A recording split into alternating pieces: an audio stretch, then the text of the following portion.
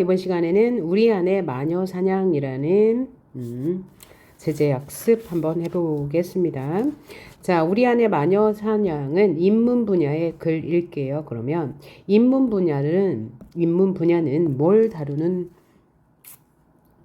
걸까요? 바로 과거로부터 이어져 온 인간의 정신적 활동과 세계, 인간의 활동에 대한 세계를 다루는 분야입니다. 이런 인문 분야를 읽을 때는 필자가 인간과 세계에 대해서 어떤 해석, 어떤 가치관이나 어떤 관점을 가지고 있느냐에 주목해서 읽으면 되겠죠. 읽을 때는 비판적으로 읽어야 합니다. 비판적으로, 무조건적으로 수용하지 말고 필자의 생각이 옳은지 타당한지 비판적으로 읽어야 되겠죠.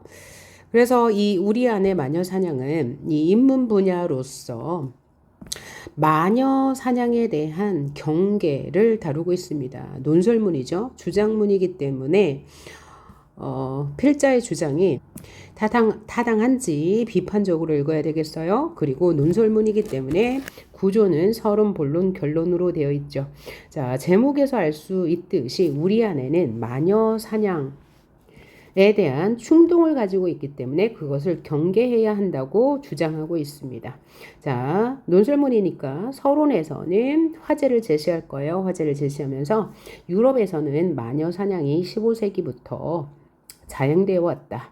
그리고 본론에서는 첫 번째, 마녀 사냥을 하는 마녀 재판에 대한 역사학자들의 견해를 소개하고 그 다음에 필자의 견해를 소개합니다. 그 다음 두 번째 화두인 마녀 사냥은 왜 일어났고 그 다음에 어떤 기능을 했으며 어떤 사람들이 희생당했나를 역사학자들의 견해를 먼저 소개한 다음에 필자의 견해를 소개해요. 결론 부분에서는 과거부터 이어져 온 마녀 사냥이 현재에도 지속되기 때문에 우리는 그것을 경계해야 한다고 끝을 맺고 있습니다. 자, 그러면 본문으로 들어가 보도록 합시다. 서론이죠. 이해하기 힘든 역사적 사실이라고 해서 소제목을 달았어요. 이 소제목을 달아주면 독자가 뒤에 나올 내용을 예측할 수 있겠죠. 자, 그러면 첫 번째 문단 한번 보도록 할게요. 역사상 특이한 현상들이 많지만 마녀 사냥만큼 이해하기 힘든 현상도 드물 것이다. 그러니까 마녀 사냥은 왜 이해하기가 힘들까요? 바로 합리적이지 않기 때문이죠. 논리적이지 않기 때문이에요. 이 세상에 악마와 내통하는 자들이 있어서 이들이 사회 전체를 위험에 빠뜨리려는 음모를 꾸미고 있으며 이웃집 아줌마가 밤에 고양이로 변신해서 관악산의 마녀 모임에 다녀왔다는 혐의를 받는다면, 그럼 여기서부터 여기까지는 마녀의 개념에 대해서 소개하고 있는 거예요. 마녀란 이런 것이다. 만약에 현재에 이런 혐의를 받는다면, 마녀로 혐의를 받는다면 어떤 사람이 그것을 믿을 수 있을까라고 질문을 통해서 믿을 수 없다는, 즉 마녀 사냥이 합리적인 일이 아님을 강조하고 있죠. 그런데 실제로 유럽에서는 사회 전체를 위협하는 악마적인 세력이 존재한다고 철석같이 믿고 종교재판소를 설치하여 마녀들을 소탕하는 운동을 펴놨다. 이렇게 믿을 수 없는 비합리적인 일들을 유럽에서는 행했다.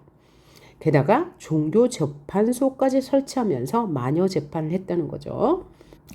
현재 대략적인 추산으로는 15세기 말부터 수백 년 동안 유럽에서 마녀로 판정을 받고 처형당한 사람이 약 10만 명에 이른다. 그러니까 15세기부터 유럽에서는 10만 명에 이르는 사람들이 마녀 재판으로 인해 희생당했다고 이야기하고 있는데요. 여기서 10만 명에 이른다. 그래서 구체적인 수치를 제시했으니까 이 필자의 근거, 주장에 대한 신뢰성이 높아지겠네요. 본론으로 가봅시다. 사실 마술이나 마법의 개념은 과거 여러 사회에서 볼 수 있다. 대부분의 평범한 사람들은 이 세상에는 알 수 없는 어떤 신비한 힘이 있다라는 생각을 하게 마련이다. 그러니까 마술이나 마법에 대해서 보통 사람들은, 평범한 사람들은 세상에는 정말 신비한 힘이 있지라는 생각을 하는데, 그런데 유럽에서는 이런 비정상적인 힘의 존재, 마술과 마법과 같은 힘의 존재를 악마와 관련지어 이해했다. 이는 유럽 사회에서만 발견되는 아주 특징적인 현상이다. 그래서 이런 이유로 여기 종교 재판소까지 설치하여서 마녀 재판을 실시했다는 거네요. 유럽에서는요. 첫 번째 문단에서는 마녀 사냥이라는 이해하기 힘든 역사적 사실이 15세기부터 유럽에서 일어났다. 그 희생자가 10만 명이나 된다. 왜냐하면 유럽인들은 다른 평범한 사람과 달리 마술이나 마법의 개념을 악마와 관련지어서 이해했기 때문이다. 그래서 이렇게 유럽 사회에서만 아주 특징적인 현상이 일어났다라고 말했고요. 그러면 이러한 마법 재판, 유럽에서 펼쳐진 이런 마녀 집합, 마녀 집회 현상에 대한 역사가들의 견해에 대해서 이야기할 거예요. 역사가들의 견해를 각각 다라마에서 다른 견해들을 열거하면서 소개할 겁니다. 그럼 다 문단을 볼까요? 마녀 집회 현상에 대해 역사 전문가들 사이에서도 아직 의견이 일치하지 않는다. 어떤 연구자들은 여자들이 밤에 집회를 연 것이 사실이며 또 그들이 어떤 특정한 믿음 체계를 실제로 가지고 있을 것이라고 본다. 다만 그 내용이 악마 숭배하고는 거리가 멀고 고대로부터 은밀하게 전해져 내려오는 다산 숭배, 말하자면 농업적 의식이라는 주장이 있다. 그러니까 유럽에서 어떤 여자들이 집회를 가졌는데 그 집회는 아마도 이 역사학자들이 생각하기에는 다산 숭배나 농업 의식 과 같은 목적 때문에 했을 것이다. 그런데 특정인들이 이 집회를 악마 숭배라고 단정 지어서 그들을 희생했을 것이라고 이야기하고 있는 거죠. 다시 말해 나중에 지독한 오해를 사고 억울하게 희생당하긴 했지만, 그러니까 어떤 사람들은 아마 지배층일 거예요. 지배층들은 이 여자들이 뭘 했을 거라고 악마 숭배를 하기 위해 집회를 했으니 이들을 처형해야 한다. 뭐 이렇게 해서 마녀 사냥을 했단 얘기죠. 그런데 이 역사학자들은 이 지배층들이 이 여자들을 희생시킨 것에 대해서 어떻게 보고 있어요? 억울하게 희생당하긴 했지만 오해의 소지를 제공했기 때문이다 라고 말하고 있죠. 그죠? 나중에 지독한 오해를 사고 억울하게 희생당하긴 했지만 마녀라고 오해받을 만한 어떤 역사적인 사실이 존재했을 것이다 라고 이야기하니까요. 그러면 이와 다른 학자들의 주장을 봅시다. 이와 달리 어떤 연구자들은 그런 것은 전혀 존재하지 않으며 순전히 조작된 내용일 뿐이라고 주장한다. 신학자, 종교재판관, 정부 당국자, 이들은 다 뭐예요? 지배계급이죠. 지배층이에요. 그들이 읽은 종교서적의 내용을 가지고 차츰차츰 하나의 정형화된 개념을 만들었어요. 그것으로 무고한 사람들을 올가맸다는 것이다. 이 견해에 따르면 마녀 집회 같은 것은 순전히 상상력의 산물이라고 할 수 있다. 그래서 또 다른 학자들은 이런 것들은 전혀 그죠? 존재하지 않았는데 지배계급, 지배층들이 자신들의 어떤 목적을 위해서 하나의 정형화된 개념을 만든 다음에 그들을 희생시켰다라고 보는 주장이죠. 자, 그러면 이 다단락에서 말한 역사학자들과 라단락에서 말한 역사학자들의 주장에는 공통점이 있죠. 희생당했다는 거예요. 정당한 이유 없이 희생시켰다는 거죠. 지도자들이, 지배계층들이. 그러면 다음 역사학자들의 견해는 바로 이것이네요. 그리고 두 견해의 중간적인 입장에서는 사람들은 이렇게 주장한다. 우선 과거로부터 전해오는 이교 전통이 있었다. 이것을 권력당국, 여기서 권력당국이란 이 위에서 말한 요 사람들과 똑같은 거죠. 신학자, 종교재판관, 정부 당국자, 이들이 이제 권력당국이 될 거예요. 그들이 자신들의 생각대로 개념을 조작해서 일단 민중들을 공격했다는 것이다. 자, 그러면 앞에 나온 두 주장들의 이제 중간적인 입장이니까 이교 전통이 있었다라는 것은 그죠? 연구자들과 같은 입장인 거고, 그 다음에 이것을 권력 당국이 자신들의 생각대로 조작했다는 것은 요 두 번째 학자들의 견해와 일치하는 거죠. 그래서 이 세 주장의 공통점, 이 세 학자들 간의 공통점은 뭐야? 이건 조작한 것이다. 그죠? 조작한 것이다. 라고 말하고 있네요. 그러면 이것은 마녀 집회 현상에 대한 여러 역사학자들의 생각이요. 그러니까 이 여러 학자들의 생각을 열거하면서 이 학자들의 생각을 필자가 인용했다고 볼 수 있는 거네요. 그럼 이제 이 주장들에 대한 필자의 의견을 말할 거예요. 필자의 의견이 무엇인지 한번 볼까요? 이러한 의견들을 정리해 보면 어느 한순간에 마녀 집회 같은 개념들이 만들어진 것은 아니다. 이게 바로 필자의 생각이죠. 오랜 시간 동안 차츰 정형화된 것이 마녀 사냥에 대한 필자의 생각이죠. 그리고 실제 마녀가 존재할 리가 없으므로 권력 당국, 정부와 종교학과 지도자들이죠. 그들이 가공의 개념, 위에 나온 학자들의 말에 따르면 순전히 조작된 것이다. 상상력의 산물이다 라고 말했어요. 그것을 가공의 개념이라고 필자는 말했네요. 만들어서 어이없는 희생을 강요한 것으로 요약된다. 그래서 여기까지는 필자가 앞에 나온 역사학자들의 생각을 뭐한 거예요? 요약한 거죠. 요약하고 나서 말하자면 마녀 개념을 만들어서 죄 없는 사람들을 잡아다가 고문하여 죄인을 만들고 그 과정에서 재판관들이 확인했다고 하는 사실들을 가지고 다시 더 정교한 마녀 개념을 만들어서 만들어가는 악순환이 벌어졌다고 할 수 있다. 이것을 이제 필자의 생각인 거죠. 자, 그래서 지금까지의 내용을 보면 서론에서 마녀 사냥이란 이런 것이다 라고 말하고 또 실제로 유럽에서는 15세기부터 마녀 사냥이 자행되었다. 왜냐하면 유럽에서는 마술과 마법을 악마의 개념과 연관지어 생각했기 때문이다. 이런 마녀 집회에 대해서 역사 전문가들은 세 가지 견해를 내놨는데 첫 번째는 마녀로 희생된 인물들이 빌미를 제공했다. 오해할 만한 빌미를 제공했다. 그리고 두 번째 견해들은 전혀 그렇지 않다. 지배계급들이 정형화된 개념을 만들어서 무관 사람들을 희생시켰다.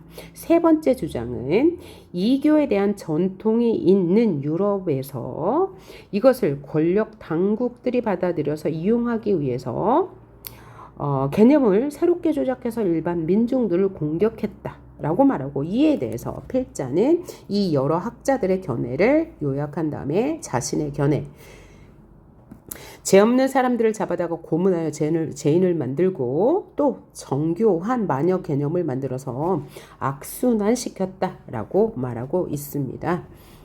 다시 한번 정리하면 서론에서는 자, 마녀 사냥으로 인한 피해가 10만 명이 넘으니까 이 마녀 사냥에 대해 우리가 논의해봐야 한다라고 말했고요. 마녀 사냥으로 인해서 많은 사람들이 희생당했다. 유럽에서의 마술 개념, 마법의 개념은 악마와 연관지었다. 그런데 보통 사람들은 비정상적인 힘의 존재라고만 여겼다.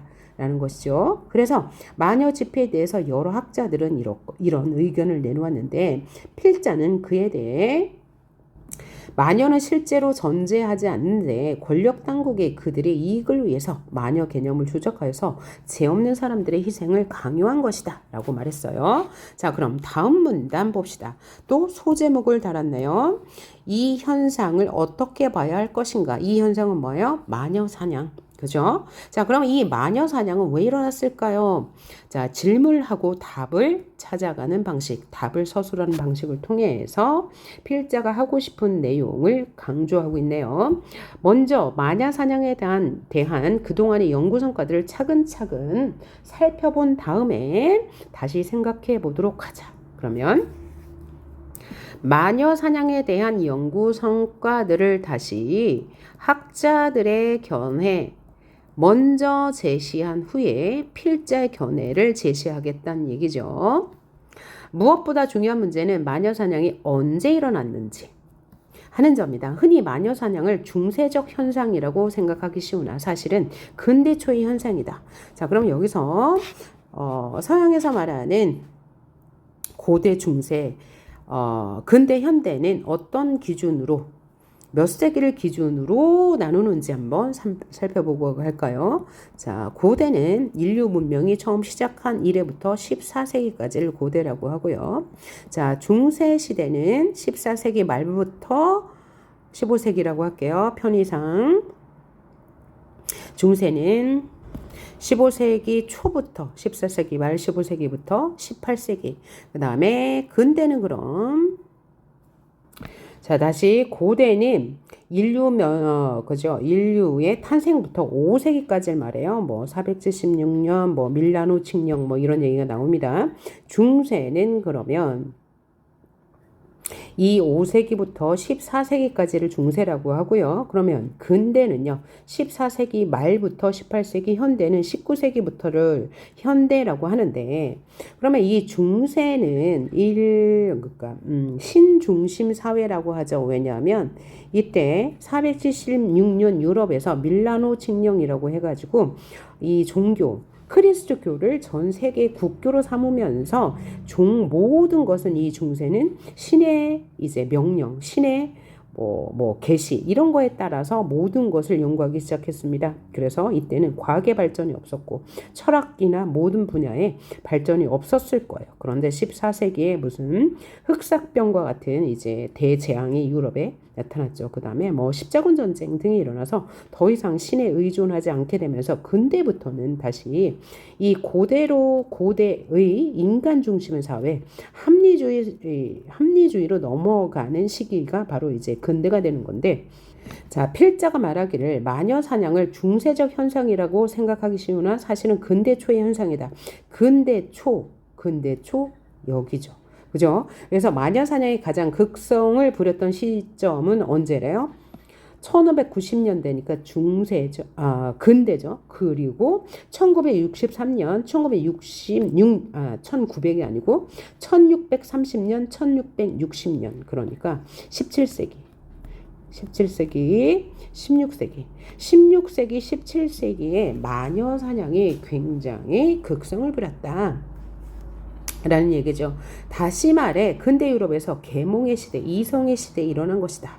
자, 그러면 여기는 르네상스 시대라고 했죠. 르네상스 시대가 바로 계몽의 시대, 이성의 시대예요.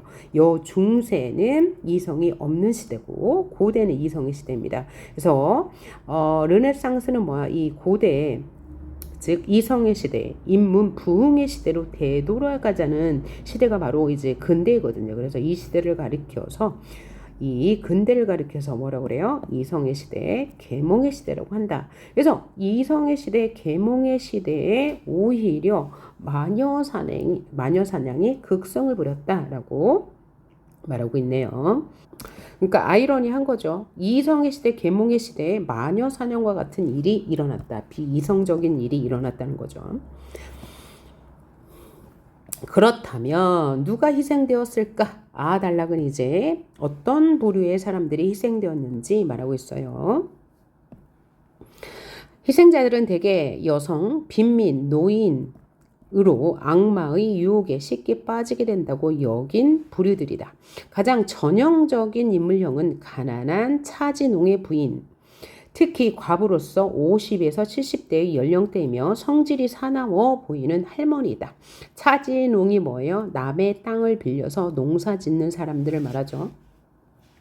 그래서 마녀 사냥에 희생된 가장 전형적인 인물은 바로 이런 사람들이다. 가난한 차지농의 부인이다. 그리고 빈민이다, 노인이다. 그리고 여성이 가장 큰 비중을 차지했다는 것은 아주 중요한 문제다.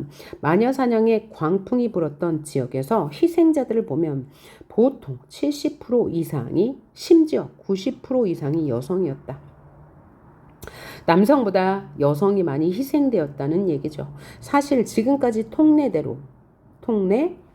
일반적인 생각대로라면 마녀라는 용어를 그대로 사용한 것은 남성 희생자도 있었다는 점을 놓고 볼 때, 그러니까 남성 희생자들도 적지만 있었다는 거죠. 엄밀히 따지자면 잘못된 일이지만 그만큼 여성 희생자가 많았다는 점 또한 또 하나의 방증이기도 하다. 방증은 뭐예요? 간접적인 증명이다 라고 보는 거죠. 왜 여성이 더 큰 희생을 치렀는지 막상 설명하려면 쉽진 않지만 페미니즘 이론에서는 마녀사냥이라는 것이 근대 초의 가부장제 질서가 더욱 굳건해지면서 전반적으로 남성 세계가 여성을 공격한 현상이라는 점에 주목한다라고 했어. 그러면 페미니즘은 뭐예요? 여성과 남성의 차별을 없애야 한다는 게 페미니즘이죠. 자, 그러면 이 단락은 마녀 사냥의 주로 희생자는 90%, 거의 90%에 가까울 정도로 여성이 많았고 그 중에서도 빈민, 노인들이 많았다. 이렇게 여성이 많이 희생된 까닭은 바로 무엇이다? 근대 초기에 가부장제가 굳건해지면서 전반적으로 남성이 여성을 공격했다라고 말하네요.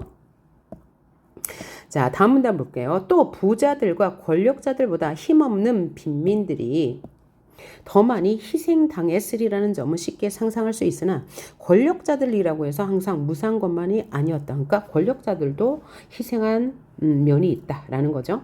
멀쩡한 사람을 마녀로 몰기 위해서는 당연히 고문을 동원했는데 고문의 못 이겨 공범들의 이름을 부를 때 이야기할 때는 사회의 최상층부 시민들이라고 예외는 아니었다. 실제로 1611년 17세기 독일의 엘방엔에서는 70세 여인이 고문을 받으면서 사회의 상층 인사들까지 공범자로 거명했다. 이름을 불렸다. 고문이 시작되면 누구나 안심할 수가 없었다. 겁에 질린 사람들 가운데는 지레 자기가 마법을 부렸다고 자수 아닌 자수겠죠. 하는 사람도 있었다. 성직자들도 마녀 사냥으로 희생되고 상층부, 사회 지도자들도 희생된 바 있다. 심지어 어떤 판사는 자기 부인이 마녀로 몰리자 거칠 강행했지만 그 자신도 고문에 못 이겨서 죄를 고백하기에 이른다. 그래서 이 문단에서는 마녀 사냥의 희생자는 단지 빈민이나 여성뿐만이 아니고 권력자도 포함된다라고 말하고 있네요. 자, 그래서 여기까지 본론 2에서는 마녀 사냥은 근대 유럽에서 주로 행해졌고 마녀 사냥의 주요 희생자는 여성 빈민, 그러나 남성과 지도층도 있었다라고 말해요. 자, 그럼 마녀 사냥을 어떻게 해석해야 할까라고 했는데 지금까지 여기 세 문단 본론 2에서 이 현상, 그 다음에 누가 희생되었는지에 대해서는 필자의 주장이 아니고 여러 학자들의 주장이었어요. 여기서 뭐라고 그랬어요? 그동안의 연구 성과들을 먼저 보자고 했으니까 이 부분은 지금 그동안의 연구 성과를 보여준 거고요. 다음 문단 봅시다. 그럼 마녀사냥을 어떻게 해석해야 할까? 우리의 눈으로 보면 그냥 광기라고 할 수밖에 없다. 미친 짓이야 라는 거죠. 그러나 그렇게만 말하고 끝날 일은 아니다. 왜냐하면 그 시대 사람들이 정말로 제정신이 아니어서 집단적으로 광포한 짓을 했다고 말할 수는 없기 때문이다. 자, 광포가 무슨 뜻입니까? 광포. 자, 미쳐 날뛰듯이 매우 거칠게 사납게 구는 행동을 말하죠. 그러니까 마녀 사냥이라는 것은 그냥 광기 어린 행동이야. 그런데 그렇게만 치부하기에는 이해할 수가 없는 일이므로 특정한 이유가 있음을 밝혀야 한다는 얘기예요. 마녀 사냥을 주도했던 인물들은 대개 그 사회의 지도적인 위치, 아까 뭐라고 그랬죠? 지배층이라고 그랬잖아요. 그 사람들은 위험한 존재로부터 사회를 지키는 훌륭한 일을 하고 있다고 자부했을 것이야. 그러니까 그때 당시 마녀 사냥을 자행했던 16세기 17세기의 유럽인들은 주로 사회 지도층이 종교 서적 같은 것을 활용해서 정형화된 개념을 만들고 그것으로 어떤 개념을 조작해서 특정한 사람들을 희생시켰죠. 거기에는 이유가 있을 건데 그 이유가 뭐냐? 자, 그 사람들은 위험한 존재로부터 그 지도층들은 위험한 존재로부터 사회를 지키는 훌륭한 일을 하고 있다고 자부했을 것이다. 그러니까 그때 15세기, 16세기 유럽인들은 그 지도층들은 위험한 존재로부터 사회를 지키기 위해서 마녀 사냥이라는 일을 했다는 거죠.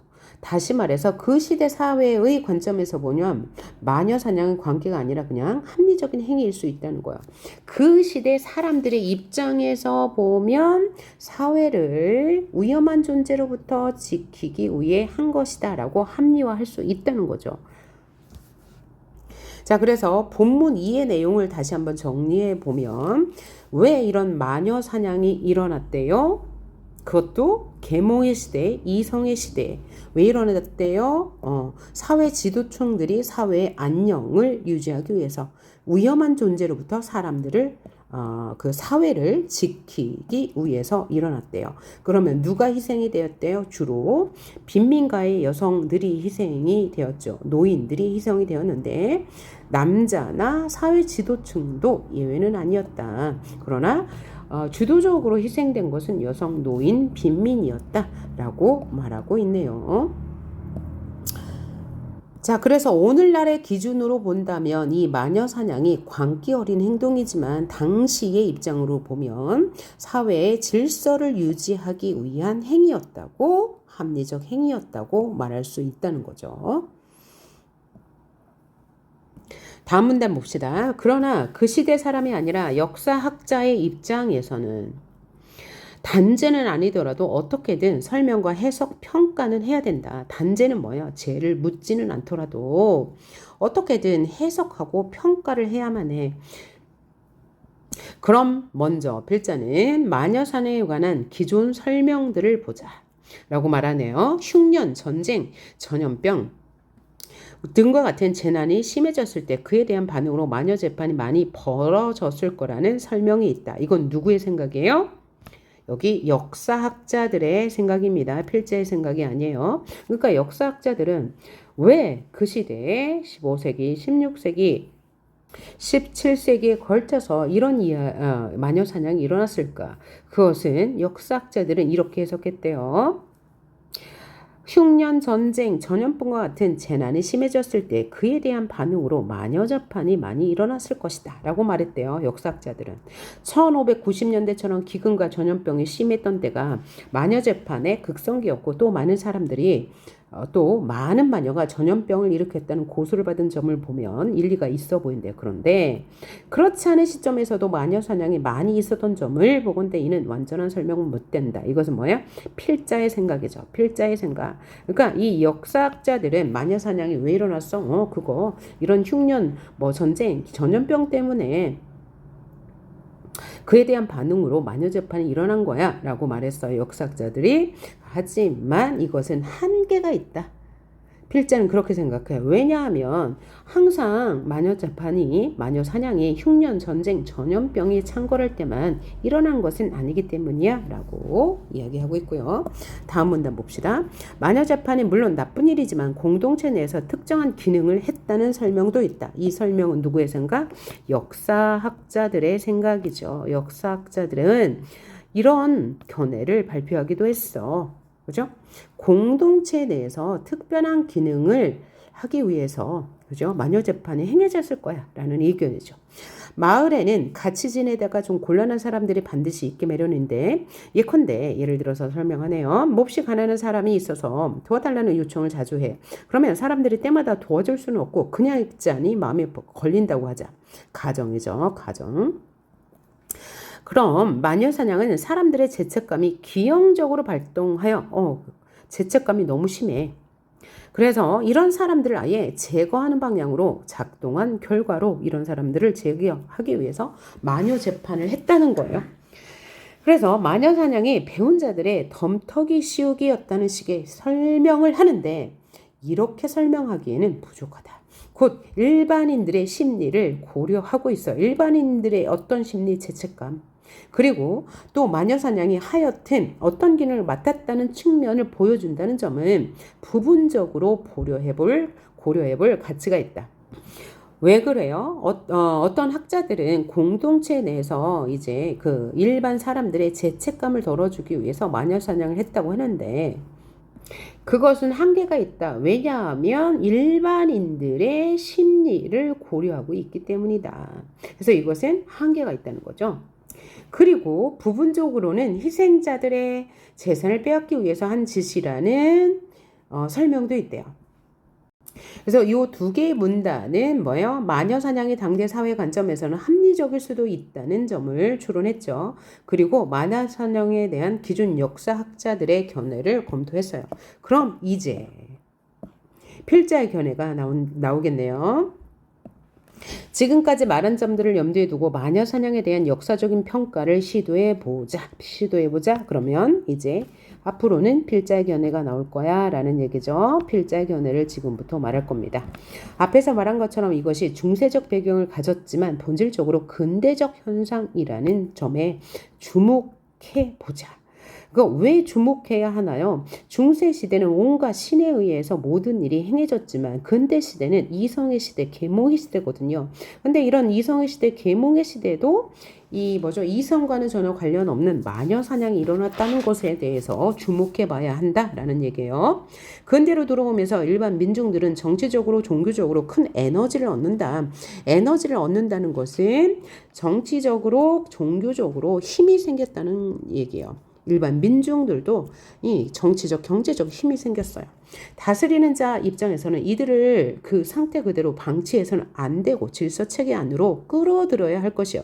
왜냐하면 이렇게 힘이 세진 정치적, 종교적으로 힘이 세진 민중들을 그대로 두면 지배자의 입장에서 지배계층의 입장에서 어떻게 돼요? 이들을 통솔하기가, 이들을 다스리기가 힘이 들었을 거예요. 그래서 질서를 부과한다는 것은 곧 그것을 거부하는 자들을 억압하는 거야. 그러면 그것을 거부하는 자들은 어떤 자들인가요? 정치적으로 힘이 세지고 종교적으로 힘이 세진 사람들 중에서 지배자의 의견이나 지배자의 통솔에 거부하는 자들이겠죠.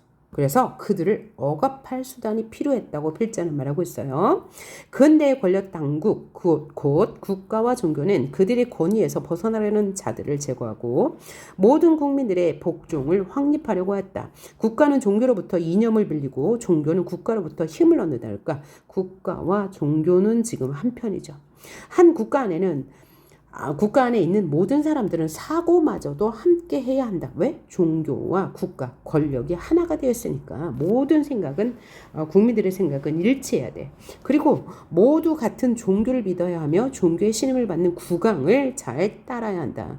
그런데 그래서 근대 국가는 균질한 영혼들이 국가기구에 복종하도록 만들어야 했고 이것이 바로 마녀사냥의 결과적으로 행한 역할이다. 그러니까 마녀사냥은 균질하지 않은 영혼들을 제거하는 역할을 한 거죠. 그러면 균질한 영혼은 어떤 영혼이에요? 이 국가의 명령에 복종하는 인간들이 이제 균질한 영혼이 되겠죠. 그런데 국가의 명령이나 국가의 어떤 정책에 복종하지 않는 사람은 마녀 사냥을 통해서 뭐 했다는 얘기예요? 제거했다는 얘기죠. 이게 바로 마녀 사냥에 대한 필자의 견해입니다. 그러니까 종합해 보건대 마녀 사냥은 왜 일어났어요? 필자의 생각에 의하면 국가 권력에 복종하지 않는 이들을 제거하기 위해서 마녀 사냥이 행해진 거야. 그래서 대부분 어떤 사람들이 희생됐어요?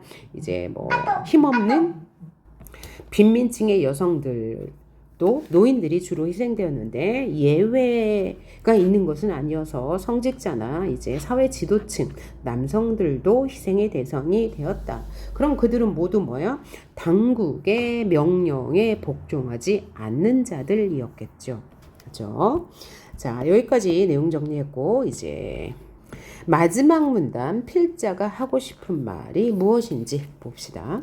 인간의 지성은 갈수록 발달하고 사회는 더욱 문명화되는 것일까? 의문을 제기하고 있어요. 그러면 정말 그렇게 된다는 거예요? 안 된다는 거예요? 되지 않는다는 것이죠. 만일 그랬다면 가정했죠. 지금쯤 우리는 지상 낙원에서 오손도손 살아가고 있을 것이며 비참한 탄압과 야만적인 전쟁 같은 것은 아예 사라졌을 거예요. 왜냐하면 우리는 지금 유구한 역사, 2000년이 넘는 역사를 가지고 있으니까요. 문명이 더욱 발달했다면 이런 비참한 일은 없어야 되겠죠. 하지만 마녀 사냥과 같은 현상을 보노라면 우리 마음속엔 집단 관계가 숨어 있는 것은 아닌지 자문하게 된다. 여기까지 보면 의문을 제기하고 추론했어요. 그죠? 뭐야? 현실과 뭐죠? 상반되는 결과. 그러니까 뭐야? 만약에 의문을 제기한 건 그 의문의 내용이 뭐야? 우리 문명은 정말 혹은 우리의 지성은 정말 시간이 갈수록 발전하고 있는 걸까? 아니라는 거예요. 만약에 그랬다면 우리는 지금 지상 낙원에서 살고 있어야 되는데 여전히 우리는 지금 전쟁과 같은 야만적인 일이 지속되고 있기 때문이죠. 그래서 우리는 뭐 해야 된다? 자문해 봐야 된다. 반성적으로 성찰해 봐야 한다. 마녀 사냥은 그 모습 그대로는 근대 초 유럽의 특이한 현상이지만 유사한 현상은 언제나 있었다. 자, 그래서 마녀 사냥이라는 것이 15세기부터 시작해서 16세기, 17세기에 가장 극성을 부렸는데 그 마녀 사냥은 현재도 지속되고 있다고 말하네요. 자, 사회 전체를 근본적으로 위협하는 불순한 세력, 그 불순한 세력은 뭘 말해요? 이 국가 통치, 즉 국가 권력에 복종하지 않는 세력을 불순한 세력이라고 보았죠. 그것은 히틀러에게는 유대인이었죠. 유대인이 히틀러를 탄압했죠. 왜요? 유대인들이 자신의 명령에 복종하지 않았기 때문에. 파시스트들은 이제 이탈리아의 그 한 정치 세력이죠. 그들은 공산주의자를 탄압해서 왜요? 공산주의자가 이 파시스트들의 이 명령에 복종하지 않았기 때문이에요. 때로 권력은 일부러 그런 위험 세력을 조작해내서 사람들을 선동하려 한다. 왜? 이들을 제거하기 위해서. 그죠? 그런 조작이 너무나도 쉽게 받아들여진다는 사실 자체가 우리 내면에 마녀 사냥의 충동이 잠재해 있음을 짐작하게 한다. 그러니까 마녀 사냥은 왜 일어났어요? 국가 권력을 공고히 하기 위해서 일어났는데 민중들은 사람들은 이런 국가 권력의 선동에 쉽게 넘어가요. 그래서 이런 마녀 사냥은 현재도 지속되고 있다고 말하죠. 그러므로 필자는 마녀 사냥에 그죠? 충동이 잠재된 우리들은 자제해야 한다, 경계해야 한다라고 말하고 있어요. 자, 그래서 이 글 전체는 필자의 주장이 뭡니까? 우리 안에는 마녀사냥이라는 충동이 잠재해 있으므로 경계해야 한다. 이 마녀사냥은 15세기 유럽에서부터 시작되었지만 현재까지 지속되고 있고 사회에 만연하다. 아마 여러 사례들이 있을 거예요. 그 여러 사례들을 문제에서 보기로 제시한 후에 이와 같은 일이 아닌 것은, 그 다음에 이와 같은 입장에 해당하는 것은 이라고 묻게 될 것입니다. 자, 그래서 본론 2의 내용을 다시 한번 정리해 볼게요. 역사학자들은 마녀 사냥에 대해서 이렇게 평가한대요. 심한 재난에 대한 반응으로 마녀 사냥이 행해졌다. 그리고 공동체 내에서 특정한 기능을 수행했을 것이다. 그 다음에 희생자의 재산을 빼앗기 위해 정해졌을 것이다. 그러나 필자는 그렇게 생각하지 않는다. 마녀 사냥은 결과적으로 근대 국가기구에 복종하는 균질적인 영혼들을 만들기 위해 행해졌다. 그리고 오늘날에도 그 희생은 지속되고 있는데 히틀러의 유대인에 대한 탄압, 또 파시스트가 공산주의자를 탄압한 사례. 그래서 이렇게 권력자들은 일부러 위험 세력을 조작하여 사람들을 선동하여 그들을 마녀 사냥하고 있다고 말하죠. 그래서 우리는 경계해야 한다고 말하고 있습니다. 그래서 자, 유럽의 마녀 사냥이나 히틀러의 유대인 학살이나 파시스트의 공산주의자 학살은 공통적으로 뭐예요? 어떤 기능을 한 거죠? 권력자들, 지도자들이 사회 안정이라는 명목으로 특정 부류의 사람들을 핍박했다는 공통점이 있습니다. 자, 그러면 문제를 풀다 보면 응용 문제로 뭐 마녀 사냥의 사례들이 나올 거예요. 그 중에서 대부분은 이제 뭐 신문 기사나 이런 것들은 쉽게 풀 수 있는데 시에 대한 내용은 해석이 좀 필요하기 때문에 뭐 쉬울 수도 있고 어려울 수도 있겠어요. 그 중에서 대표적으로 기영도의 홀린 사람이라는 시 한번 해석해 보도록 하는데 그 시는 다음 파일에서 올리도록 하겠습니다. 수고하셨어요.